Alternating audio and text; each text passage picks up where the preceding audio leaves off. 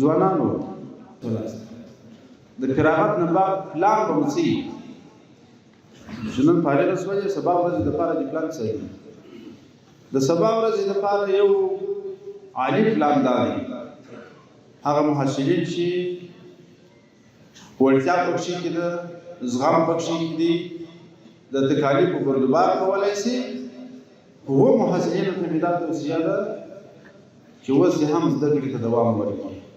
ماستري وکړه د دکتورا پر نظام ورسوه چې ښه ممتاز مسلکي انجینر درڅه جوړ شي د افغانستان په لویو قضایاوو کې ته بیا کوشش کولی شي زموږ د اسلافو تاریخ چې راوګورې که د عصري علومو دي که د دیني علومو دي زموږ ائمه مشران د مذهب امامان د مذاهبو وه خو بیا طالبان هم وه داسې پېښه شوې ده چې یو محدث د زمانې په خپله ساحه کې لوی عالم 2 کاله یې سفر کړی دي د دې دپاره چې راشي بغداد ته د اندلس ته سفر راکوي بغداد ته راځي 2 کاله سفر کوي در 7 هېوادو راتېرېږي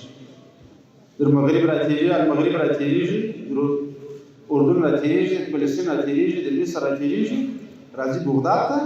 په بغداد کې امام احمد بن حنبل رحمه الله پیدا کوي وایي ستا د علم په اړه ماته خبره شوې وه چې دا لوی عالم د دنیا دی نو غواړم چې تاسو یې زده کړم جابر بن عبدالله رضی الله عنه د مدینې طیبې څخه دمشق راځي په یوه روایت کې نو وړتیا دا د قابلیت دا دی سړی د خپله هڅه دایمي ولري ځان په قرآن نه بولي کوشش وکړه نور هم کوشش کوه نو اول پلان د قدرمنو ځوانانو د په چا کې چې زغم وي ستړی وي